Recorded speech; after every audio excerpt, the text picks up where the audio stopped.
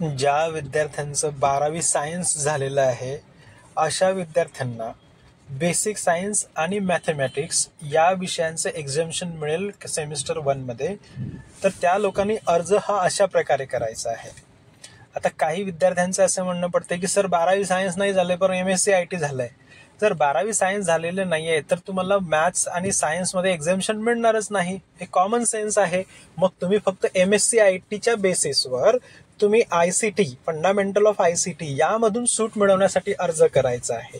या month end पर्यंतच तुम्हाला अर्ज करायचा आहे आणि हा जो अर्ज आहे हा अशा प्रकारे मी लिहून दिलेला आहे, अशाच प्रकारे लिहायचा आहे तुम्ही.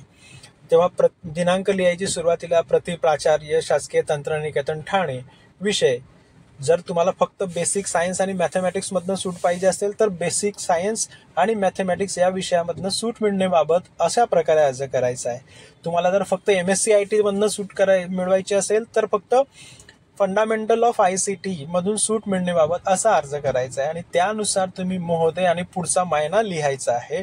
आणि शेवटी आपला विश्वासू तुमची साईन करायची आहे, तुमचा नाव लिहायचं आहे, तुमचा एनरोलमेंट नंबर आलेला नाही परंतु मोबाईल नंबर लिहायचा आहे, तुमचा क्लास कोणता आहे, मेकॅनिकल शिफ्ट 1 शिफ्ट 2 ते व्यवस्थित लिहायचं आहे तुम्ही.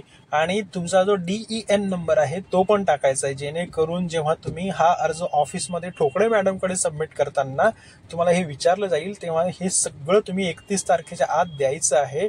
एवढं लक्षात घ्या, तरच तुम्हाला याचं एक्झामिशन मिळणार आहे. अशा प्रकारे अर्ज करून गुड लक.